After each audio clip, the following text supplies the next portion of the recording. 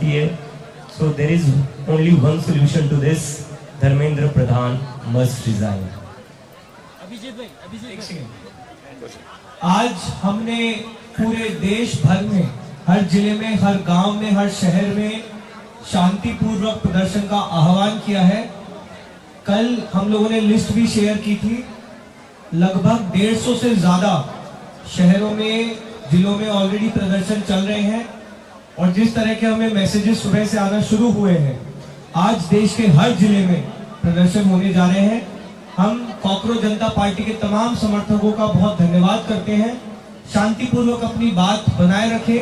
हमें सरकार पे लगातार दबाव बनाना है और तब तक पीछे नहीं हटना है जब तक धर्मेंद्र प्रधान जी इस्तीफा नहीं दे देते.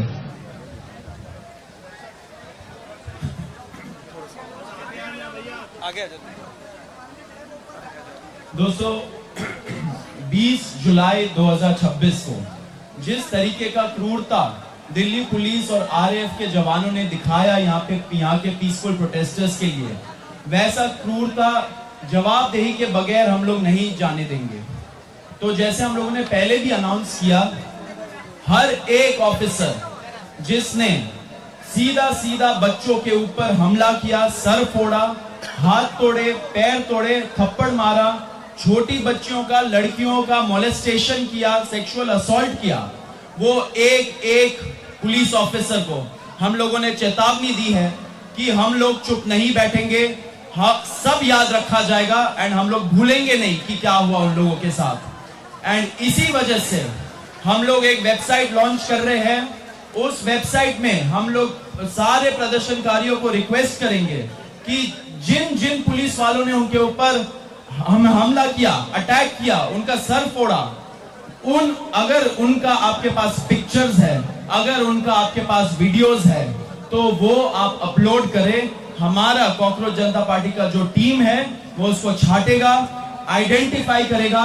एक पुलिस वाले को हम आइडेंटिफाई करेंगे एंड उनके खिलाफ एक कंप्लेंट फाइल करेंगे, ये बोलते हुए कि एफआईआर उनके खिलाफ फाइल होना चाहिए. अगर दिल्ली पुलिस एफआईआर नहीं फाइल करती है ऐसे दहशतगर्दों के खिलाफ, तो हम लोग कोर्ट भी जाएंगे.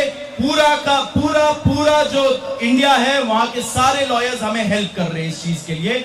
उनको भी तहे दिल से शुक्रिया. हम लोग कोर्ट जाएंगे, कोर्ट से ऑर्डर लाएंगे कि ऐसे पुलिस वालों के खिलाफ एफआईआर हो. एंड आप ये मत सोचिए कि एफआईआर हो गया एंड हम लोग भूल जाएंगे. ये लिस्ट बनेगा. ऐसे पुलिस वाले नहीं है. ये लॉ एंड ऑर्डर मेंटेन के लिए नहीं है. ये हमारे सेफ्टी सिक्योरिटी का ध्यान रखने के लिए नहीं है. ये गुंडे हैं. जब टाइम आएगा हम लोग इंश्योर करेंगे कि वो एक पुलिस वाला जेल जाएगा, जेल के सलाखों के पीछे जाएगा. पुलिस अकाउंटेबिलिटी तय होगा और बहुत जल्दी ये टाइम आ रहा है. ये हमारा वचन है सब लोगों को. मेरा एक सवाल है अभिजीत जी. एक मिनट आप क्वेश्चंस पूछ लेना. एक और चीज हो रहा है पूरे दिल्ली में. रत्ना जो हमारी पॉइंट ऑफ कांटेक्ट है लीगल की, वो पुलिस का जो पार्ट है वो खत्म करेगी. रत्ना आप बताइए कि पूरे दिल्ली में क्या हो रहा है. तो जब से 20 जुलाई का इंसिडेंट हुआ है, उसके बाद से पूरे दिल्ली में मेजरली निजामुद्दीन और लोधी रोड के पास पुलिस ने अपने नाकाबंदी लगाई हुई है.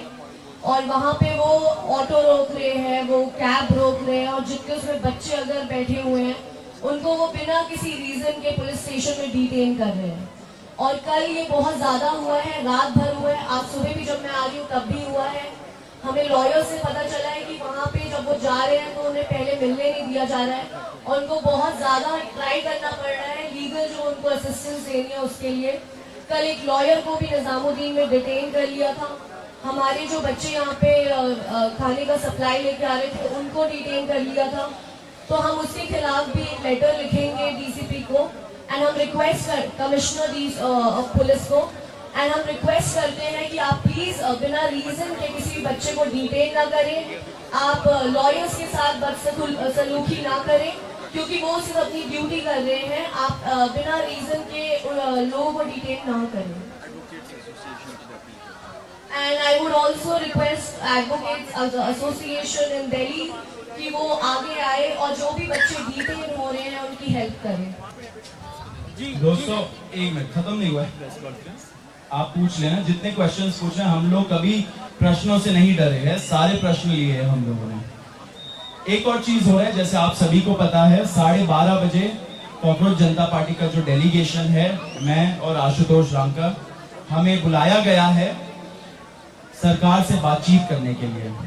उस साइड में जितना हमें पता है इंफॉर्मेशन, अभी जेपी नड्डा जी होंगे एंड साथ में जितेंद्र सिंह भी होंगे।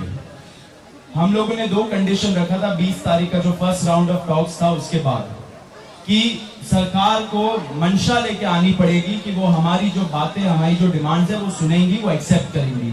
कुछ चीजें नॉन नेगोशिएबल है, आशा है कि वो जानते हैं क्या चीजें नॉन नेगोशिएबल है। एंड नंबर 2 हमारा ये डिमांड था कि उनके ऑफिस में एंड उनके घर पे ऐसा कोई भी मीटिंग नहीं होगा जहां पे हम लोग जाएंगे। एक न्यूट्रल एवेन्यू में होना चाहिए। अगर जंतर मंतर में आने से वो कतरा रहे हैं, हम लोग पढ़े लिखे लोग हैं, हम लोग रैशनल युवा है, हम लोग जानते हैं कि शायद उनको डर लगे यहाँ पे आने से सिक्योरिटी सिचुएशन की वजह से।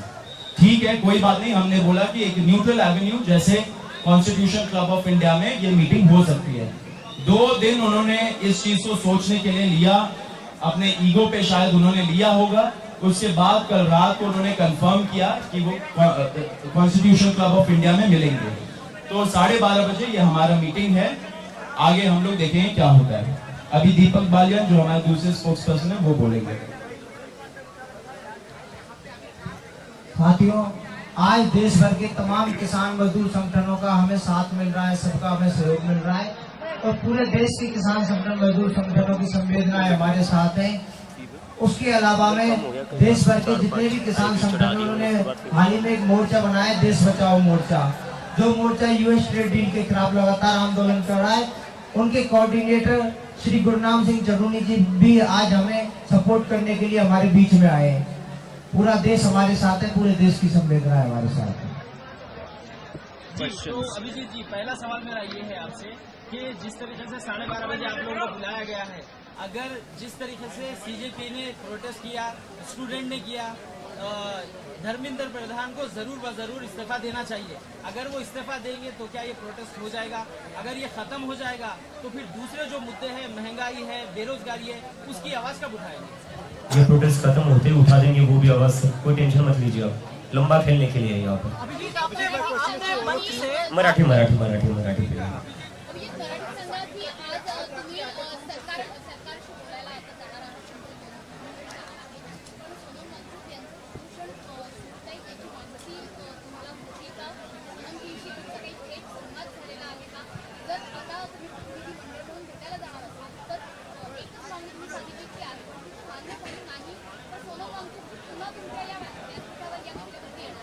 नाही, मला नाही वाटत सोनम सर सध्या त्या कंडिशनमध्ये असतो, कारण त्यांची तब्येत खूप जास्त खराब झाली होती आणि वी आर ऑल्सो रिलीव्ह त्यांनी उपोषण जे आहे ते तोडलं आहे, कारण की we can not afford to lose him, so that was very necessary.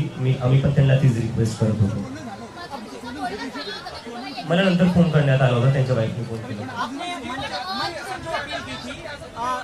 ऐसा कोई भी व्यक्ति कॉकरोच जनता पार्टी का मेंबर नहीं है जो पुलिस पर अटैक कर रहा है या जो मीडिया पर अटैक कर रहा है, उस बारे में एक बार यहाँ से मैं चाहता हूँ क्या? नहीं, देखो, हम यहाँ पर 1 महीने से ज्यादा शांतिपूर्ण तरीके से बैठे हुए हैं, हमने कहीं से भी कोई भी गलत कदम नहीं उठाया। We are law abiding citizen, we are the citizen that believe in the constitution of India. हम हमारी तरफ से कोई भी ऐसी हरकत नहीं करेंगे जिससे देश को नुकसान हो। बाकी जिसने गुंडागर्दी करी है वो पूरे देश में 20 जुलाई को देख लिया है, गुंडागर्दी पुलिस वालों ने करी है। जो बच्चों के सर फोड़े वो पुलिस वालों ने फोड़े, यहाँ पर जो पत्थरों से भरे ट्रक लगाए हुए थे वो पुलिस वालों ने लगाए हुए थे। तो ये बहुत ही सोची समझी साजिश थी सरकार की और दिल्ली पुलिस की।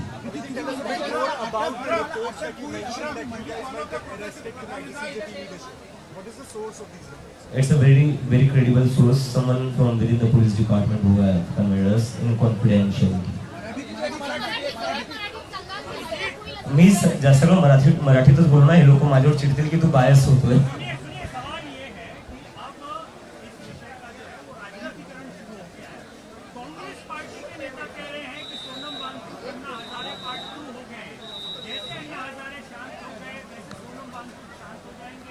मैनेज हो गए हैं, इस प्रकार बातें विपक्ष अगर कहे तो सीजेपी करके चला नहीं तो क्या चाहते हैं हम? सोनम सर अपनी हंगर स्ट्राइक जारी रखे और वो मर जाए, क्या हम ये चाहते हैं? His life is too valuable यार। मतलब ये क्या बात हुई कि सोनम सर को हंगर स्ट्राइक नहीं तोड़ना चाहिए? What do you guys want? There has to be a way out of this for him. Protest हम भी सर से यही कह रहे थे, सर आप अपना हंगर स्ट्राइक तोड़ दीजिए, हमारी जिम्मेदारी है इस प्रोटेस्ट को कंटिन्यू रखना, वो हम धर्मेंद्र प्रधान के इस्तीफे तक जारी रखेंगे। But we can not afford to lose Sonam sir ना।